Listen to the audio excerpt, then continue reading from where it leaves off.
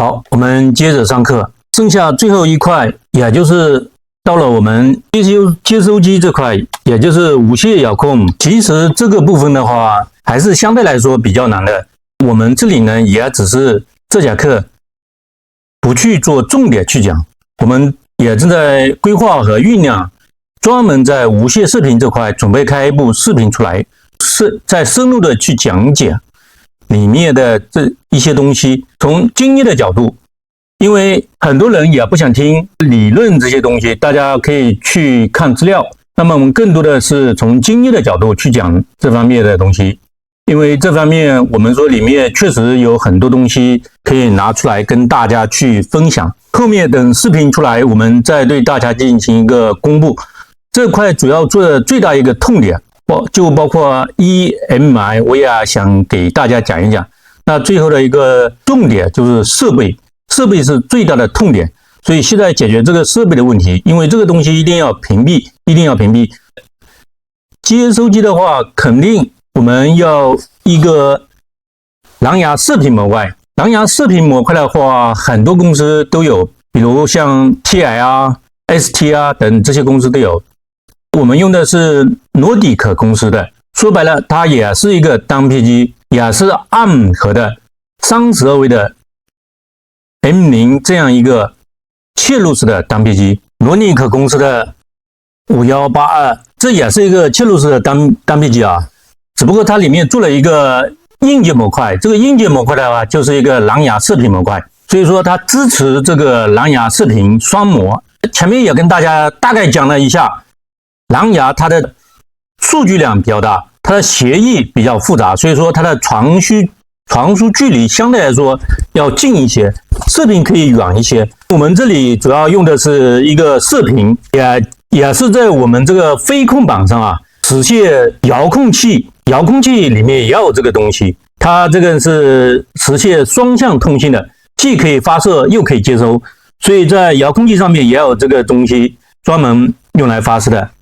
那么在飞控板上有这个专门用来接收完之后，它就通过串口传递给这个 ST 的单片机。所以我们这个单片机跟 ST 单片机连的话，是用串口的方式来连的。这个遥控器是通过射频的方式来做。既然它是一个单片机，那么我们首先要把单片机外围电路要给它搭建出来。OK， 我们先把这个电源给它。这边 VDD 看到没有？我们把 VDD 给它先连好。一般呢，所有的单片机上面都推荐电容啊，都很小，其实都是纳法级别的。我们一般把它放大一些，我们把它放大到1微法，也就是105，把它连起来，这是 VDD 嘛 ？OK， 好了，我们再找，这里还有 VDD。那么你选 M0 的核，它里面有很多的这个模块，我们讲过 AD 啊、什么 RAIN 啊等等。都需要供电，对吧？所以这里面应该电容取得大一些。里面还有个蓝牙模块，蓝牙模块它是发射功率的，这个时候它功率这个电的消耗会更多一些，所以我们这里先这样连起来。这里这些口其实都没有用，我们把它打叉。我们看这一块 SWD。Clock 跟 SWDL 这块是用来烧录程序用的，是 SWD 的模式。这样的话，我们从这里拷一个过来。我们讲过，它要有这样2个电阻，在时钟线上这个电阻要小一点，是不是啊？讲到这里，我再补充一点，这个地方虽然我们说它也是 I/O 口控制的。但是呢，在 PCB 布局的时候，我们可以把它放得远一点，它不作为第一优先考虑的。为什么？因为只是点个灯嘛，离远一点，即使上面有干扰，我们说这个灯你也看不出来，对不对？所以说这个不是很重要。另外呢 ，LED 灯就像类似于这个稳压管一样，它内部的那个电容啊，极电容也是很大的。所以说，你即使里面有一点小毛刺干扰，它这个灯也是看不出来的。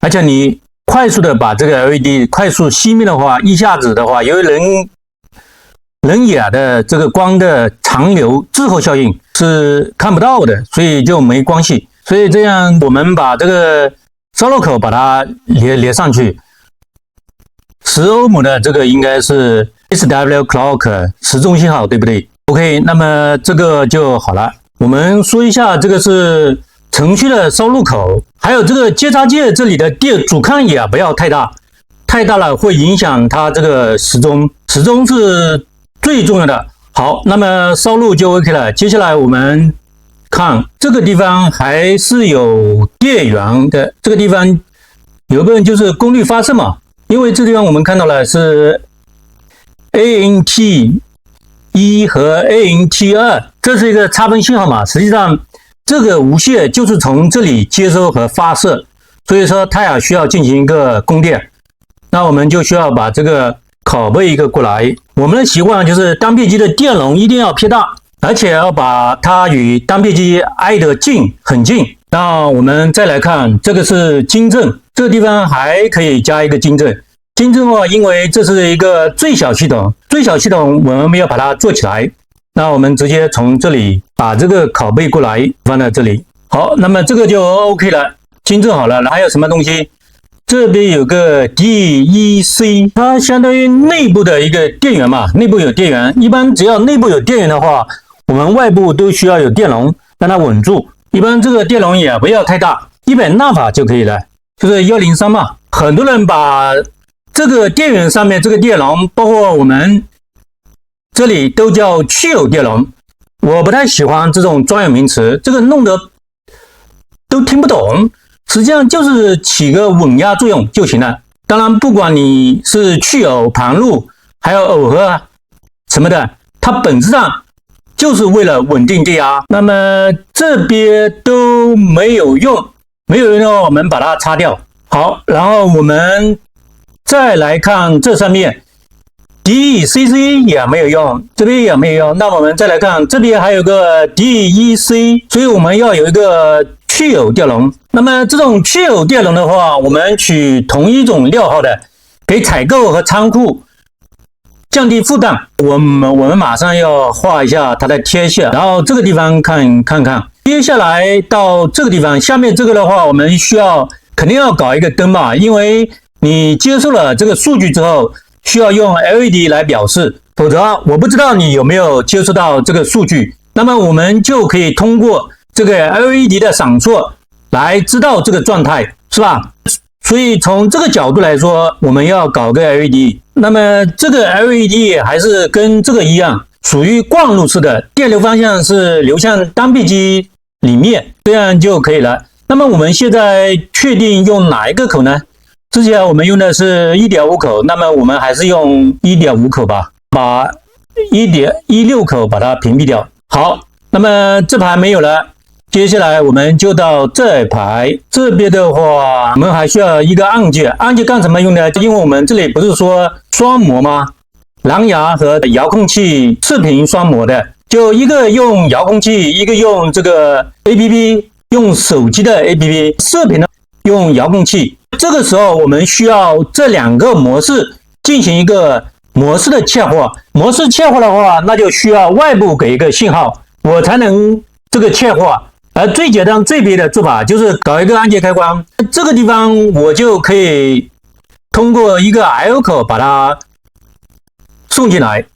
那我们现在用的是 P0.0， 用的是 P0.0。按键开关呢，实际上很简单，我本来是高，按一下键变成低，对不对？那么我们搞一个上拉电阻，这里选个电阻，因为它的这个输入这个角是为了一个输入模式的切换，实际上它这个阻抗是比较大的，因为里面是数字电路，这里面有一个斯密特触发器，输入阻抗是特别的大，所以我这里也没有什么电流的功耗，我们这里用跟前面差不多的电阻就行了，那样不增加料耗。我们把它连起来，这个连接到3伏就 OK 了。我们还需要用一个按键，搞个按键的话，如果我按键一样，它就为低，是不是？那么按键我可以这样把它连起来。正常情况下，这个按键不按的话，我这里如果要按的话，那么我变成 D， 那么我这里可以接个 D。如果按键一按，那么这里肯定是0伏嘛。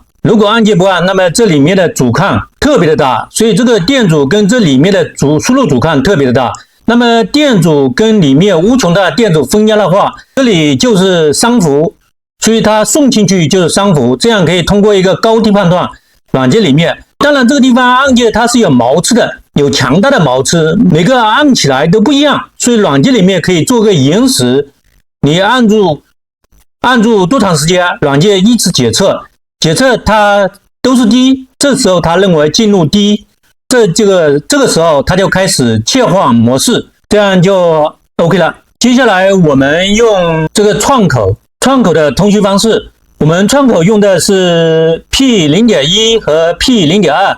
好，那么既然是窗口的话，我们还需要一个单片机来支持这样一个窗口通信。这个就是一个窗口，那么我们把它连起来就行。这2个口我们要跟窗口去连的话，我们要注意，一般呢，比如说我单片机的 TX 属于发射， RX 属于接收，这里的发射也对应着这里的接收，那么这里的接收就是对应着这里的发射，所以说对于这个Nordic 的这个单片机来讲 ，P0.1 它就是一个接收 ，P0.2 就是一个发射，所以我们就把它直接连起来。那么我们还要串2个小电阻，我们看一下原来单片机上窗口上面串的是多大的电阻。那么这个地方它没有串电阻，我们说我们这地方